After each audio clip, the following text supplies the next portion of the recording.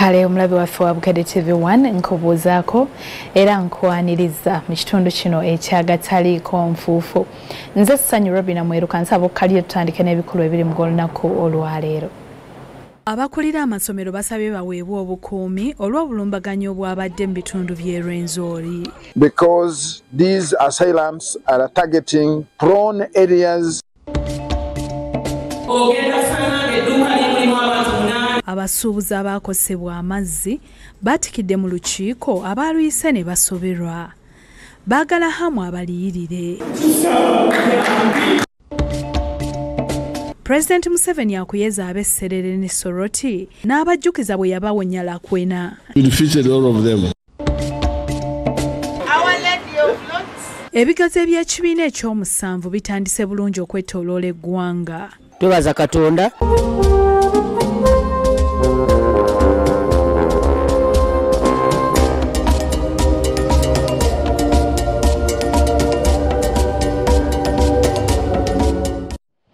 Kale mwebale kukalira katandike ne poliisi etegeezezza nga bwekyagenda mu maaso n'okunoonya abo abenyigira mu bulumbaganyi obwabadde mu bitundu ebya Rwenzori ku wiikendi. Omwogezi wa poliisi mu ggwanga Kituuma Rusoke agamba nti tebayinza kakasa muwendo gw'abantu bameka abafiiridde mu bulumbaganyi buno.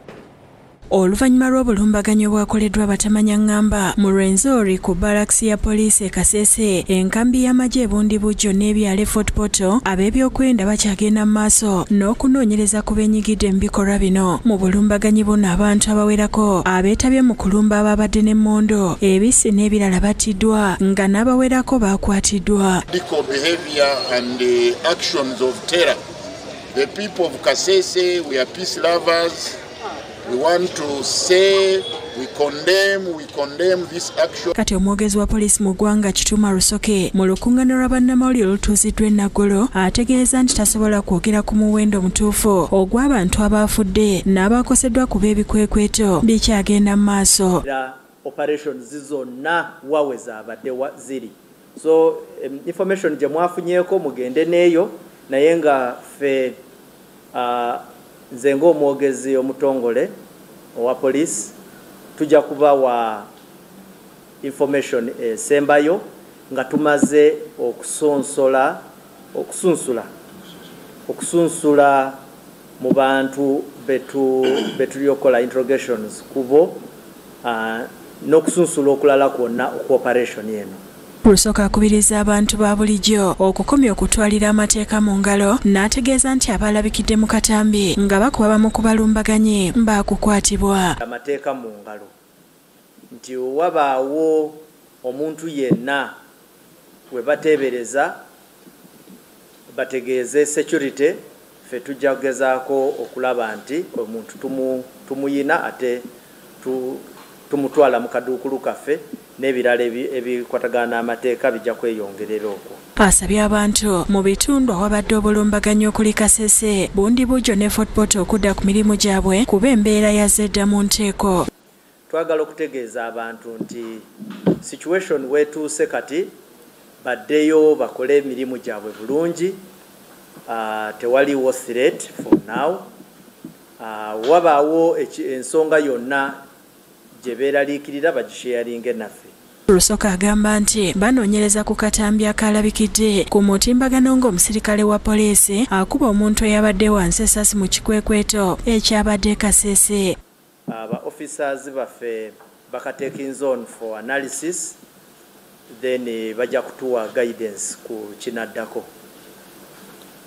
Mwekyabo obuyinza Fort Portal nga bakulembeddwa minisita omubeezi owa gavumenti ez'ebitundu Victoria Businje Rusoke basinkanya abakulu b'amasomero n'abakwatibwako okulaba bwe bayinza okwaŋŋanga embeera eyaguddewo. Ensinkano ebadde ku kibuga kya disitulikiti e Kabarole. Abakulu b'amasomero basabye gavumenti okusaba ebyokwerinda okuli abapoliisi n'amagye ku masomero gonna kuba batamanya ngamba bayinza okugalumba. Requesting the government and all the stakeholders concerned to place a strategic detach to cover the area of Nyakasura School as a great institution. Basirikale okukuuma ekitundu kyaffe tufune permanent deployment ku institution day and night wabeerewo ki obukuumi obumala. Olukiiko ono luyitiddwa okulaba bwe bayinza okunyweza ebyokwerinda mu bifo ebyolukale omulina amasomero. Omuduumizi wa poliisi e Kabalole Pius Bihembo abategeezezza nti okussa ebyokwerinda ku buli ssomero kiyinza okuba ekizibu naye bagenda kulaba bwe bakisalira amagezi.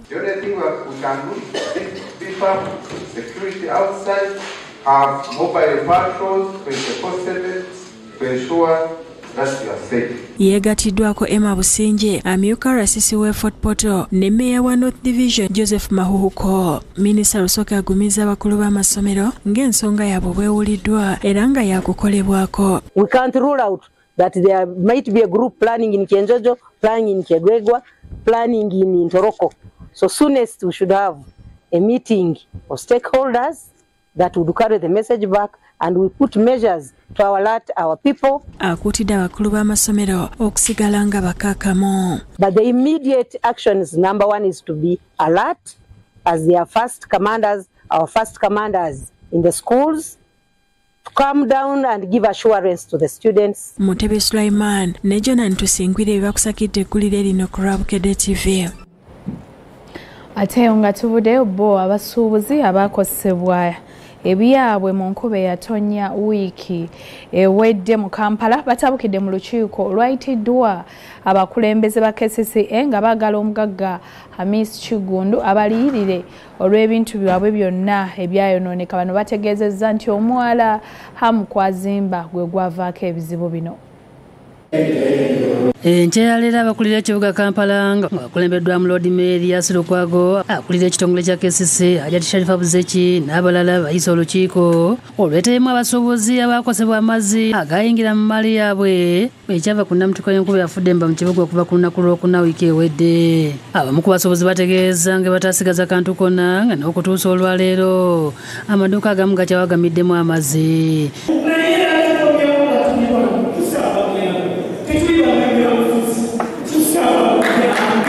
Banyonyodde nti abasinga amaduuka ge balimu tegali mu mannya gaabwe nga babapangisa mu bupangisa bifo kiyite subrenting ng'olukuŋŋaana luno lugendeddemu okulaba engeri gavumenti gy'eyinza okuyambako okuliyira abakosebwa. Ogenda kusanga ng'edduuka limulimu abantu 8 basubrenting landlord akimanyite edduuka ery'abantu. RCC Lemawiya atuusizza okwetonda kwa pulezidenti ery'eggwanga n'abasuubuzi neeyama nti waliwo ttiimu ekulemberwa Ssaabaminisita eri ku mulimu ogw'okulaba nga bazuula ekituufu ekyaviirako amazzi gano okuyingira mu bizimbe yakyaleetera ebintu by'abasuubuzi okwonooneka. So njagala okwetonda olw'ebyo ebyabaddewo security oba waliwo yakisiddwako obuvune. Kyokka RCC abadde agenda mu maaso n'okunnyonnyola abasuubuzi ne bamulya ekimuli ne bamubuulira nga byabadde ababulira batabyetaaga. Naye obulamu tewali bulamu bwafuddeyo bwafiiriddwa oluvannyuma lw'ettaka eno okubaawo. Hajati Buzeki asaasidde abasuubuzi olw'ekibatuuseeko ng'ategeeza nti bataddewo abakugu okuva mu kitongole ekivunaanyizibwa kuteekerateekera ekibuga ssaako n'okuva mu kitongole eky'ekikula ky'abantu okulaba nga bafuna ebikwata ku basuubuzi abaakosebwa n'ebintu ebyayonoonebwa okusobola okuliyirirwa. Kubanga bali okuditamininga report n'editamininga liability eggwawa then compensation eyo erina okuba ng'ebiitingibwa eyo liability gwegwako. Lord Mayor Lukwago agambye nti waakulwana okukooka ejjembe okulaba ng'ebizimbe abamu byazimba ku mwala biyimirizibwa.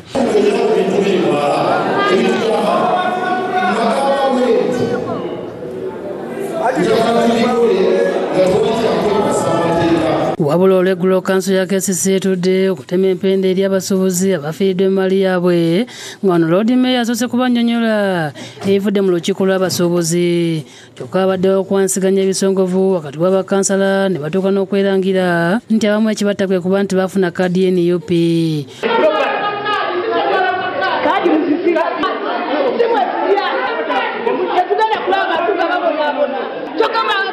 kadi za business kama serikali kitundibwe kubanga kadi tetuyogera ku bantu bayonoonebwa bintu byabwe.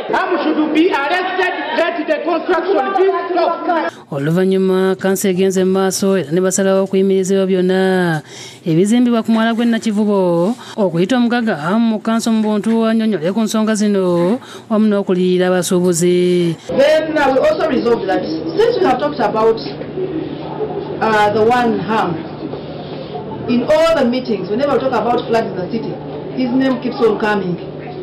We want to give him a fair hearing. We are deciding to summon him anytime soon. Lukwago yemulugunyiza olwa kanso obutayisa ekiteeso ekiggula ku hamu emisango wamu n'okulemesa okukakaza pulaani ze n'obutayebwa liizi ku mwala gw'Nakivubo okutuusa nga abakugu bamaze okukola okuwabula okusaanidde. Nga tuyamba ekibuga n'eggwanga ne bannakampala tubadde tulina okuva wano nga resolution eyise nti ebintu hamu byazimba bimenyebwe. Ekyo kibadde kirina okuyita nti byazimbawo bimenyebwe kuba bimenya amateeka naye yennyini akwatibwe akubibwe mu mbuga z'amateeka. Ekyo kigaanye okuvaayo. Kale ate President Museveni akyagenda mu maaso n'okunoonya akalulu mu bitundu eby'etteeso. Olunaku olwaleero asuubye mu disitulikiti ey'Esserere ne Soroti ng'akuyega abaayo okumuzza mu buyinza. General Yoweri Kaguta Tiwabula Museveni yakwatidde ekibiina ky'NRM bendera okuvuganya kuba pulezidenti mu ggwanga lino. Ayaniziddwa omusanyo mu disitulikiti y'Esserere ne Soroti mu Tteeso gy'agenda mu maaso n'okusagula akalulu akanamuzza mu buyinza. Eno bamativu nti ensimbi ez'enkulaakulana omulini eza PDM ez'abaweerezebwa ze baateeka mu ssako zaabwe okwekulaakulana zaatuuka era ng'amaka mangi agasoba mu mitwalo 2 gaganyuddwa. Michael Lodo ssentebe w'NRM Esserere asabye Mwami Museveni okubakolera ku byobulamu omuli okusumusa amalwaliro amangu ddala ng'ayiseemu kuba pulezidenti. One is the upgrade of Serere Health Center 4. Calvin Echedo amyuka ssentebe w'NRM mu kitundu kino ayagala etteeka erirungamya abavubi ku nnyanja okuyamba ku bantu b'etteeso. Is that Serere is a fishing community and their fishermen. There should be a review of the fishing policies. President Museveni mu kwogera kwe ajjukizza abantu b'eno engeri gye yalwanyisamu abayeekera balakwena abaali bafuuse ekyongeserere. And I remember how Lakwena came and disturbed this area, but we defeated all of them. So there is now peace in the whole of Uganda. Ababuulidde enkulaakulana yakolebwa omwali okuzimba enguudo amangu ddala ng'amaze okulwanyisa Lakwena. There is economic infrastructure and social infrastructure.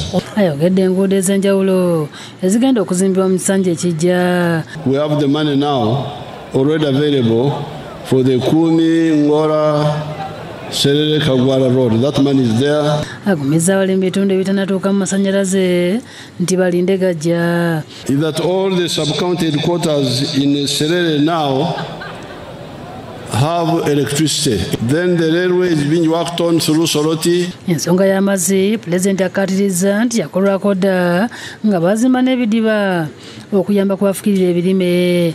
We have already constructed the Ongol small scale irrigation project in Atira sub-county. There is Opapa irrigation scheme in the Kateta. Ayogedde ku ngeri ebyenjigiriza gye bisituddwa mu kitundu kino nga amasomero mangi gazimbiddwa nga n'ebyobulamu amalwaliro gazimbiddwa ate nga basuubira amalala mu kisanja ekijja. Construct health center 3 in Kidetok Town Council, Kadunguru and Ochapa sub-county. And as you requested in your memorandum, to make one of the health centers a district hospital. Kyokka yenyamidde olw'okusomesanga abantu ku nkola ey'okwejja ne batafaayo ekireetedde amaka mangi okwekuyengera mu bwavu. That was our message. But people don't attend to it. Abajjukiza nti byenfuna mu maka bwe birongooka n'obutaba ku maka bukendeera. Because people are poor, they fight for nothing because they are poor. But if the families become rich, there will be peace in the country. Mu ngeri emu President Museveni akuyeza ab'Esoroti ng'olukuŋŋaana olw'amaanyi alukubye ku kisaawe kya sports ground nga ne bamwaniriza mu ssanyu. Pulezidenti Museveni ajjukizza abeesoloti emirembe gye yaleeta mu kitundu kino ssaako n'enkulaakulana gye beeyagaliramu. The government primary schools are now 69. The parishes are 54. We therefore have already more primary schools of the government than the parishes. Abakakasizza nga bagenda okubakolera ebisinga omuli okukola enguudo, okubazimbira amalwaliro, amasomero n'amazzi ga ttaapu gakwongera okutwalibwayo. Therefore, there are 6 sub-counties which do not have any health facility of either Health Center 3, Health Center 4 or hospital. Therefore, the plan is as follows. Upgrade Tiri Health Center 4 to a general hospital. Now we're going to continue sending the PDM money, the 100 million per parish. The people of Teso, I appeal to you to support NRM. NRM, Abantu b'omu kitundu kino nga bakulembeddwamu Captain Mike Mukula beebazizza Pulezidenti Museveni olw'ebirungi by'abakoledde. Olulawula eggwanga Uganda kubanga kaakano kuva ku north paka south east to west Uganda eteredde. Era bannayuganda bampuliriza jjo balabe abantu nga batambuza n'ebijambya ekasese ne bundu bujjo. Ebyo bye twegezaako okwewala gye tuyita protecting gains. And want to promise that this time we are not going to give you the same vote we have been getting. This time you are going to win massively. Thank you for the positions you've granted Teso in your government. We commend your leadership for the peace, security and stability we enjoy today. Robina Nantale, Aida Nakas ne Shamshad Naluja ebakusakidde eggulu lino ku lwa Bukedde TV. Ate ebigezo bya P7 bitandise okwetoolola eggwanga olunaku olwaleero ng'abayizi abasoba mu mitwalo 81 be babitudde kyokka aba UNEB ababitegeka bakakasizza nti bitambulidde ddala bulungi. Ebigezo by'ekyomusanvu ebyakamalirizo bitandise olwaleero okwetooloola eggwanga bikoleddwa abayizi emitwalo 81,781 nga bagenda kubitulira mu bifo omutwalo 1,640 mu Kampala, mu Ggombolola y'e Rubaga ne Kampala ey'amasekkati. Ebigezo babinonye ku poliisi eya Old Kampala baweereddwa ebikozesebwa ne balambikibwa ku mitendera gye balina okugoberera ng'ebigezo bino bikolebwa okwosaako abasirikale. Envelope, you just put up your hand and let me know and see that you have taken those envelopes. Oluvannyuma baweereddwa ebbaasa z'ebigezo ne balinnya mmotoka za KCCA ezaateereddwawo okubatwala ku masomero agatali gamu. Betty Nalukenge okuva mu UNEB agambye nti ebigezo bitambudde bulungi. Era zigenza okuwera essaawa emu n'eddakiika 4 nga abagenda okugaba ebibuuzo mu masomero gonna bagenze. Agamba bakwataganye n'ebitongole by'okwerinda okubayambako singa wabaawo okutaataaganyizibwa. Tulina aba CID nabo bonna batambula balambula, tulina aba AME, tulina aba poliisi, kwegamba ekitongole ffenna tukwatidde wamu okulaba nti ebibuuzo byaffe byonna birina obukuumi. Mu Ggombolola y'e Nakawa ebigezo babinonye ku poliisi eya Jinja Road era ekifo mwe biterekebwa kiguddwawo ba byakwerinda olwo abakungu okuva mu UNEB ne batandika okugaba ebigezo bino n'ebikozesebwa. Akulira ebyenjigiriza mu KCCA Paul Mulala ategeezezza nti bafunye okusoomoozebwa kuba ebigezo by'essomero lya Pride Adam Primary School babitadde Old Kampala ate nga bibadde birina kubeera Kawempe. Pride Adams lya Kawempe Mperere naye baali paakinga mu Old Kampala Police mu kifo kya Kawempe Police naye tufunye owa police ne distributor agenda okubitwala. Asaya abakulu b'amasomero okubeera abeegendereza kuba amateeka agafuga ebigezo makakali ennaku zino nga n'ejime amatre aliko byaluŋŋamiza. Njagala okubiriza abakulu b'essomero nti ekisinga obukulu kutegekera future yaffe. N'abakozi ogw'okutambuza ebigezo bya PLE bakedde ku kitebe kya poliisi e Wakiso okukwasibwa ebigezo okubituusa mu masomero kyokka abasirikale basanze obuzibu okuggulawo sanduuko omuli ebigezo ebisumuluzo webisoose okugaana.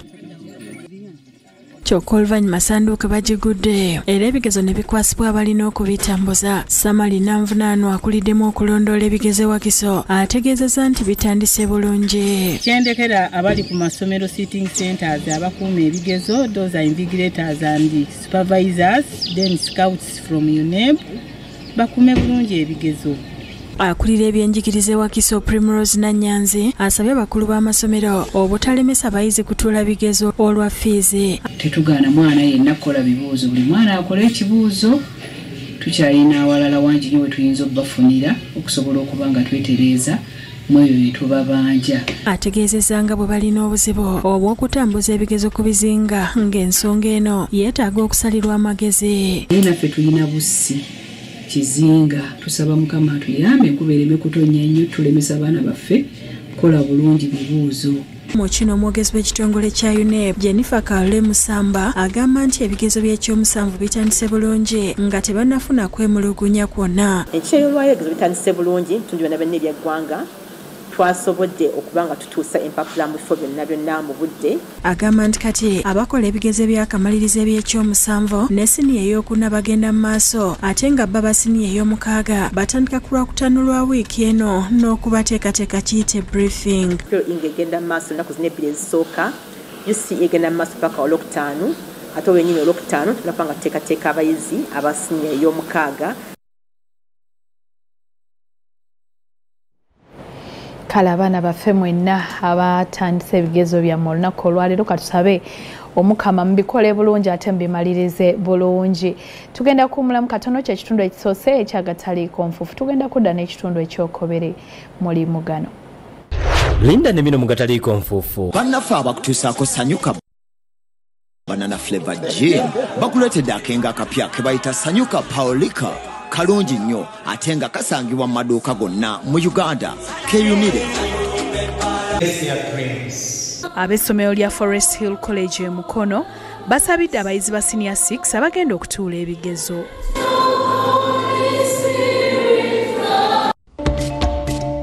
Ekika ky'omugataliiko nfuufu.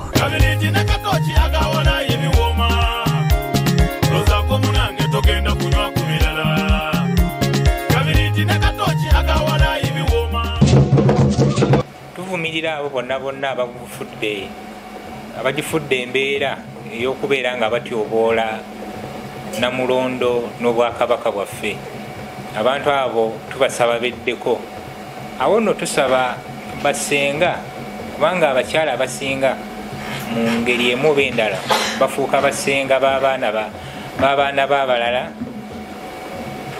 basobole okwewanga ekitiibwa. Abakyala ennyambala ebeere ennungi, okwesittaza kususse.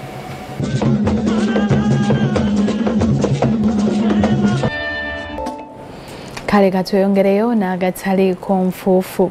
Abantu mu bitundu eby'empigi n'ebitundu ebirala ebiriraanyeewo banyumiddwa ekigogumbya Sinzigu ekya Bukedde Famma nga kino kyabaddeyo olunaku olw'eggulo. Byabadde ku kisaawe kya poliisi empigi era omusasi waffe kayongera okuwa emboozi eno mu bujjuvu. Ekigogumbya Sinzigu ekiteekebwa Bukedde Famma 15 ledi embootikizi kizeemu mu bbugumu nga omutendera gw'okusunsula gwabadde ku kisaawe kya poliisi empigi.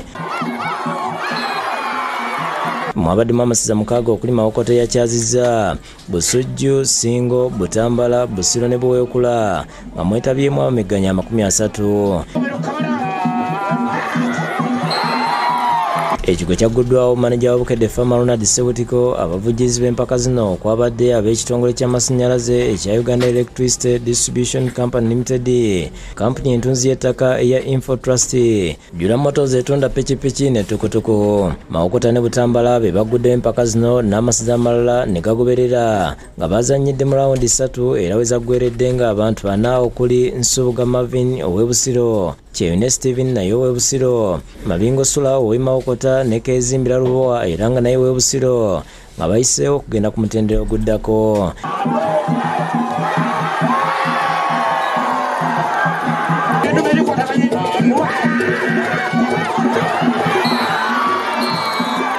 Empaka zino ezanyumidde abalabi zeetabiddwako omumyuka asooka ow'Akayima era akuuma entebe y'Obwakayima mu kiseera kino, Hajji Hassan Kagango ne yeebaza enteekateeka ne Redi Embootikizi olw'okuteeka ekigo. Bwe muwulira nti ebintu nga bino bisse mu kitundu mubyenyigiremu nnyo kubanga abamu mufuniramu entandikwa. abavugiriza okwabadde Thomas Tonda avunaanyizibwa ku by'amasannyalaze mu bitundu by'amasekati okuli Nateete Mpigi n'akulabye ategeeza nti aba EDCL bawagidde ekigoggombya okwongera okukwatagana n'abantu bonna okuyisawo pulojekiti ze balina naddala abo abeenyigira mu kubba ebintu ebikwata ku masannyalaze. Tukoseddwa nnyo abatamanya ngamba abajja ne batwala waya z'amasannyalaze basala ebikondo ne babba n'emmita n'ebintu ebirala byonna eby'amasannyalaze.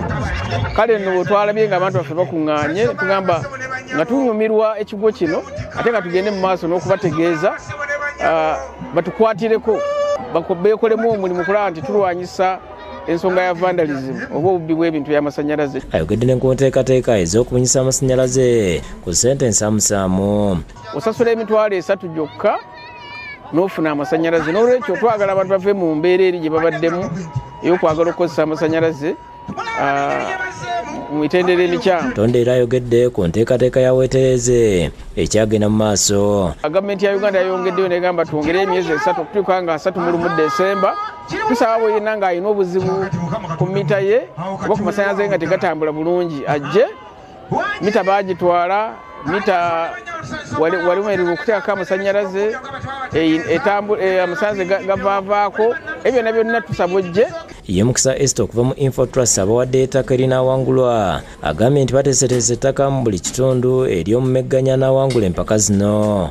Omuwanguzi agenda okuwangula ekigo ettaka atwala 5 ku 10 kyapa wabula ate babadde batulondedde Mpigi naye yenna anaawangula ng'ali Kayunga Road ali ku Hoima Road mukwano nga gwe gy'oyagala mukwano gye tugenda okuwa ebyapa tubiina ku buli luguudo lwonna. N'abaddira Motors nga bakulembeddwa mu kitunzi Simeo Centamo bazinezimu ku tukutuku ze batunda okuziraga abantu. Annyonnyodde lwaki basazeewo okwegatta ku Bukedde Farmer mu Kigoggombya nga batumbula ebitone. Tuleeta ebidduka ebirungi ne mutuwa ssente ne mubikozesa naye naffe tukkiriza mu kutumbula ebitone. Ayogedde ne ku kidduka ekya Passenger. Twabaleetera ebidduka ebirungi bino ebyetikka emigugu naye tubaleeteddeyo n'ekidduka kiri emabega wange kyemulaba nakyo kyetikka abasaabaze. Manager Sebutika alaze essanyu olw'abamegganye obukodyo bwe boolesezza. Kibadde kinyuvu nnyo abasajja batulaze obukodyo bwe bayina era wano olunaku olwaleero tuvaawo n'abantu 4. Yeebazza abavugirizi bonna abatambudde nabo mu Kigoggombya Sinzigwa okuli EDCL, Dram Motors ne Infotrust. Bannaffe aba Infotrust abatuwadde ekyapa kye tugenda ogaba ekyapa ekyo poloti ya $1,25,000 olina n'omukisa okulonda waawo okyagala wetakiri. Twebaza bannaffe aba Jura Motors abatuwadde pikipiki tugenda okubanga atuwa omuwanguzi ow'okubiri. Njagala okwebaza ne bannaffe aba UEDCL bataddemu ssente nnyingi nnyo okulaba nti kampeyini eno tugitambuza tugikutuuseeko wano.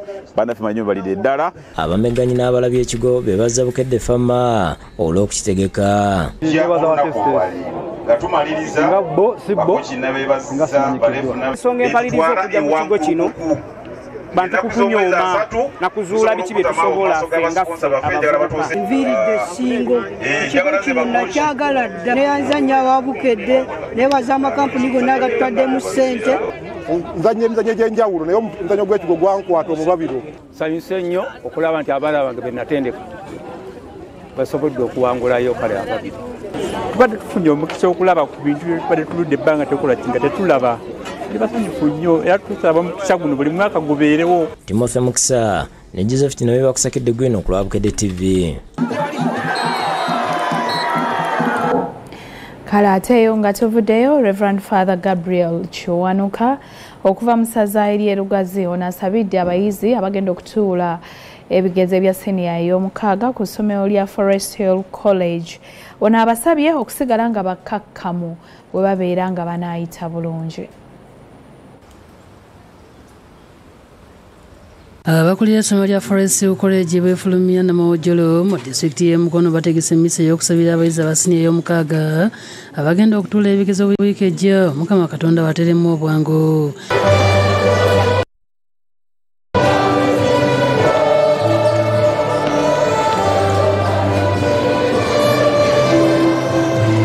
Kulembeddwamu Reverend Father Gabriel Chiwanuka okuva mu ssaza lya Lugazi nga yeetabyeko abazadde b'abayizi bano nga basomesa okulembeddwamu Alani Obo Arayamo omukulu w'essomero.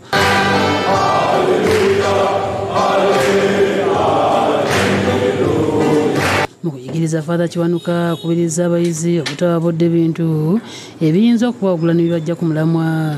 Bayize wano kwe kufuna ebintu ebirungi n'okubikozesa obulungi. Awo nno n'essimu nga bagifunye nayo bagikozese bulungi. Ebintu ebikyamu babyewale kubanga bijja bawabya bakolerere era banoonye ku masimu ago ebintu ebinaabayamba okweyongerako ebibagattako okubeera abantu ab'omugaso. Ajjukiza abayizi nti ekigendera ky'okusabira abaana kubeera kubawonga eri Mukama bayamba okujjukira ebizenga bibasomesebwa. Ate bulijjo bakuume dream kubanga buli omu ku bo alina kyayagala okubeera olw'okubeera wano mu ssomero. Tubasabidde dream yaabwe eyo Mukama abayambe buli omu asobole okugituukako. Mu miseena abakulira essomero lino n'abayizi batonya ebirabo.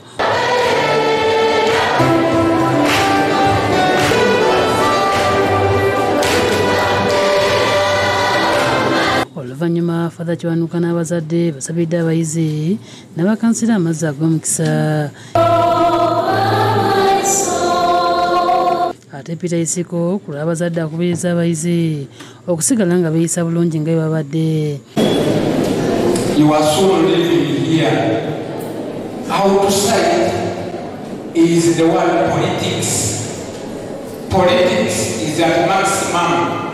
Don't end up in jail. Abayizi beebazizza abasomesa baabwe n'ababayambyeko ne babawa ebirabo okubadde n'embuzi era ne beeyama okuvayo n'obuwanguzi. Twala omukisa guno beebaza HM abatubeereddewo baddeyo kingi naffe tujja mbayobayo era tubasuubiza ekisinga mu bibuuzo byaffe. Akulira essomero lino bo alabudde abayizi okwewala kye bayita obusasi kubanga basomeseddwa ekimala. Kubiriza bakandidati abali eyo yonna tonna nga abasomesa babakozeemu omulimu mwekiririzeemu temulowoleza mu busasi. Obusasi obw'amaanyi obusingira ddala yemmwe ne Katonda wammwe mukkirize nti Katonda ajja bba obubonerera mugende musome mukole muleme ate kweyonoonera myaka gye musomye nga basazaamu ebibuuzo byammwe. Obeera alabudde abayizi ku bibasoomooza ebibalindidde naddala ku yunivasite gye balaga. Mbadde njagala basaba nti nga mugenze mu gye muyita vaaka gye tuyita vaaka mwekuume musigaze nga mulina empisa ze tubasomesezza. Oluvannyuma abayizi basanyusizza abagenyi n'ennyimba n'amazina. Lydia Nakiguli yakusakidde eggulu eno ku lwa Bukedde TV.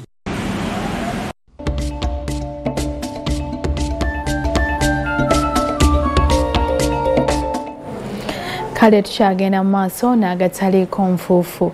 Akwatidde ekibiina kya NUP Bendera Robert Kyagulanyi Ssentamu ategeezezza nga bw'ataddewo bannamateeka abagenda mu kkooti okuloopa omugagga Hamisi Kigundu n'ekitongole kya KCCA olw'amazzi agavudde ku mwalo gw'e Nakivubo oguzimbibwa. Abadde ku kitebe ky'ekibiina kino Makerere Kavule era emboozi eno katugikuwe mu bujjuvu. Nga atanasimbola okugenda ebutambala n'egomba akwadde ekibiina ky'NUP Bendera Robert Kyagulanyi Ssentamu okusinkana bannamawulire ku kitebe kyabwe Makerere Kavule asiziddewo n'asaasira abasuubuzi bafiiriddwa emmali yaabwe oluvannyuma lw'omwalo gwonna Nakivubo oguli mu kuzimbibwa. Omugagga Hamisi Kigundu okuvuga amazzi agavudde ku namutika w'enkuba ne gayingira mu bizimbe negono n'emmali y'abasuubuzi. Nange ogatta eddoboozi lyange ku maloboozi amangi agasaasira bannaffe mu Kampala abafiiriddwa obulamu abafiiriddwa ab'eŋŋanda zaabwe matabagana gabaddewo n'okusaasira bannaffe abasuubuzi olw'okufiirwa emaali yaabwe. Kati amataba bwe gayonoonye emaali yaabwe ne gayonoona n'obulamu bw'abantu y'engeri y'emu kasasiro gye yabikka abantu ekiteezi. Kyagulanyi ategeezza nti bayingidde bannamateeka bagenda mu kkooti okwabira omugagga Hamo ne KCCA basobola okuliririra abasuubuzi abafiiriddwa emaali yaabwe. Kyagulanyi ategeezza nti kyekiseera abasuubuzi baleme okufiirizibwa awatali kuliririrwa.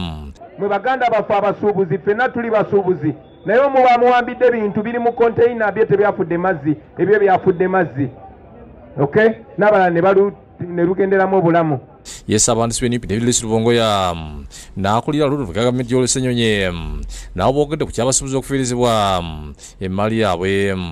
Tubayambeko okugenda mu kkooti kubanga bano be bali mu kukola nti bagenda kuwa compensation bwe batubadde boogera ebbanga lyonna. Omwami Hamu nga bw'akola by'akola ne KCCA temuvunaanyizibwako kubanga teyamuwa approval nga bakansala bwe basaba. Twabaddewo supervision nti kaakati oli mu kuzimba mwala making sure tokukendeeza kulina kugejja tozibikira gano mazzi n'ebirala ogambye mwala naye ate tulaba just akeedi kati ebyo byonna tubibanje mukyala Minsa Kabanda ne technical team.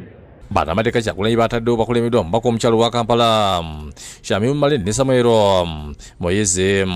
Ono kanso Muyizi ne Honorable Shamimu Malende be balooya abagenda okukulemberamu mu nsonga y'okubanja compensation y'abasuubuzi abafunye obuzibu. Ng'amaliza Kyagulanyi n'abokisi basimbudde okulekera Butambala wakati mu kwerinda okw'amaanyi.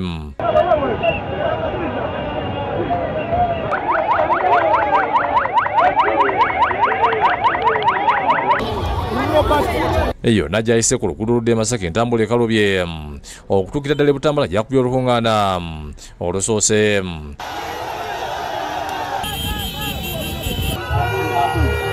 Kyagulanyi olukuŋŋaana lukubye ku muzikiti gw'ekibibi ng'eno abakulembeze bamubuulidde ebibasoomooza omuli obubbi bw'ettaka n'ebirala ne bamusaba bw'aba alondeddwa abikoleko. Mukwogera kwasibye abantu b'e Butambala olw'okumwaniriza musanyo. Sikaali w'ekibibi bw'aba takyanoga mu caayi mujja kulonda umbrella sikaali ajja kunoga mu caayi. Mugwa omuvubuka apulaninga okufuna visa ogenda okola obwakadaama kigenda kukyuka kitya. Abasuubiza nti singa wangula agenda kukola ku nsonga zonna ze bakonyeeko. Bw'avudde e Butambala agenze mu disitulikiti y'e Gomba ng'eno naye asanze abalonzi bamulinze. Kyagulanyi abasabye okumwesiga ng'abantu b'e Gomba gye bamusala bamulonda okusobola okubakyusiza embeera. Obulamu bwe bugenda kukyuka butya. David Tamale yakusakidde gulu ku lwa Bukedde TV. Ate abakulira essomero lya St. Paliko Dembe SS Kisoga mu disitulikiti ey'e Mukono basabidde abayizi baabwe abasoba mu bisatu nga bano bategekeddwa bulungi okutuula ebigezo ebya siniya ey'omukaaga omwaka guno. Emisa ekulembeddwamu Reverend Father Deogracious Katerega Kibi ng'ono abawadde ku bukodyo bwe balina okukozesa. Ku ssomero lya St. Paliko Dembe SS Kisoga mu disitulikiti y'e Mukono eryegulirira erinnya mu kisaawe ky'okuyimba omukulu wa Lydia Lukwago Kagoya n'abalala batandise nakwaniza Reverend Father Deogracious Katerega Kibi. Oluvannyuma Father Kibi ataddemu ebyambalo okugenda okulembera emisa etandise n'okusimba ennyiriri nga yambibwako Reverend Father John Makato akulira ebyeddiini mu ssomero lino.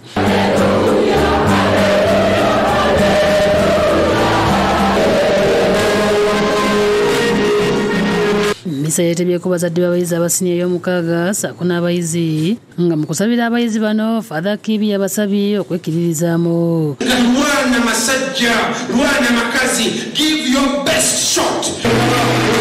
Father Kibi era alabudde abayizi ku kabi akali mu kweyagaliza okususse. Abagala okudda okwesimbawo nga bakuze nnyo sinnabategeera nga olaba omuntu ono ayogenda okwesimbawo tajja kusobola kutambula mu constituency. Yeebazizza abazadde okuweerera abaana mu ssomero lino ery'omulembe bwe riti. Mwebale kwevaamu n'okukkiriza nti ng'okyali mulamu omwana wo anaalaba ku lubaawo ate nga si buli lubaawo naye olubaawo olw'essomero ery'amaanyi neŋŋamba singa saasoma sandibadde bufere sandifeza abantu kubanga nandibisobodde.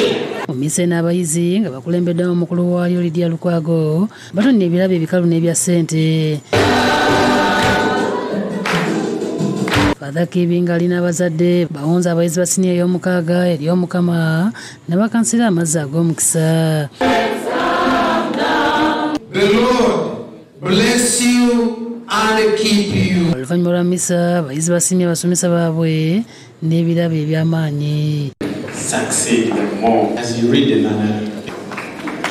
Era nga tugenda kola bulungi omwaka ogujja tujja kukomawo nga tujaguza. Abayizi bayimbye oluyimba lwe baayiriza omukulu w'essomero lino Kagoya nga bamwebaza okubalira n'okubalungamya.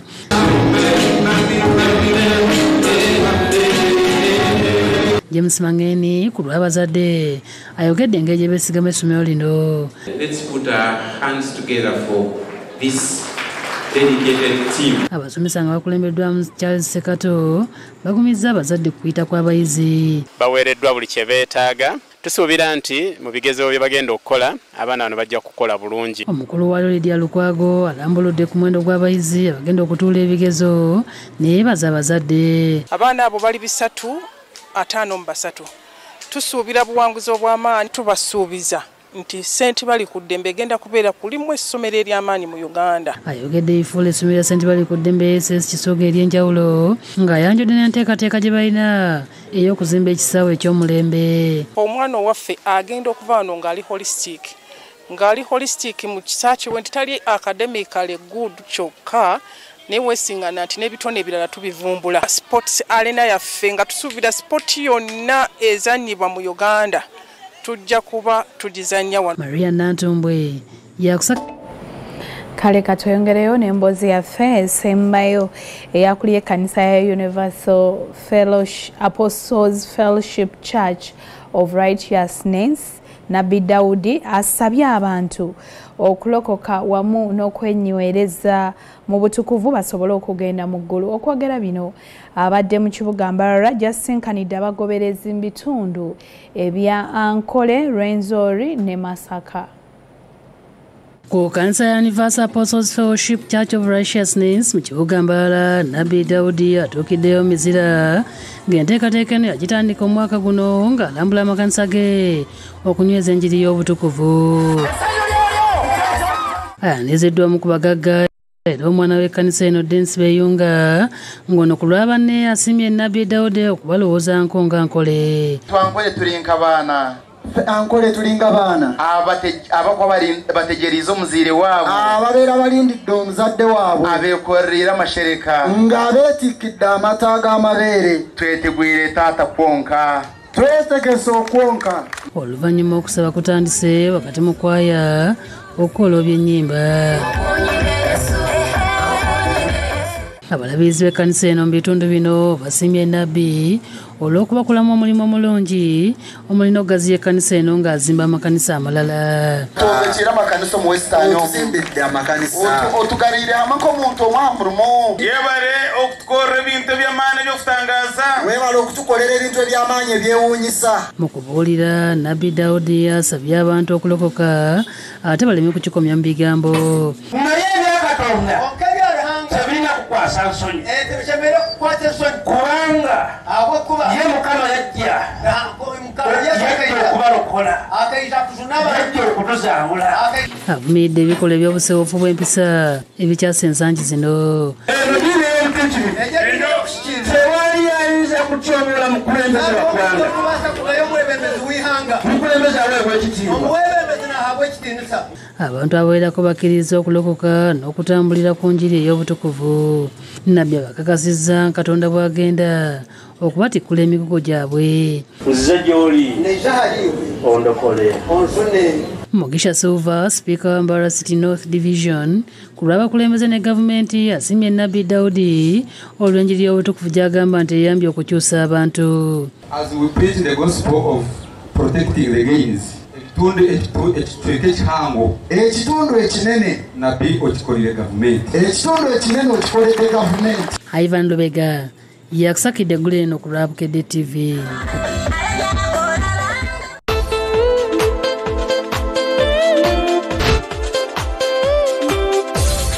Luwura Lorian n'ekino kyaffe ky'emizannyo agataliko nfuufu wano ku Bukedde TV1. Tandikiddeko mu University Football League olunaku olwalyo bannyinimu aba Kabale University bakiguddeko bakubiddwa Muteesa Wanloyo University ku goal zibadde 2-1. Muteesa Wanloyo University etwogerera ewangudde empiira gyayo gyonna esatu gye yakazanya mu kibinja mu mpaka za University Football League season eno.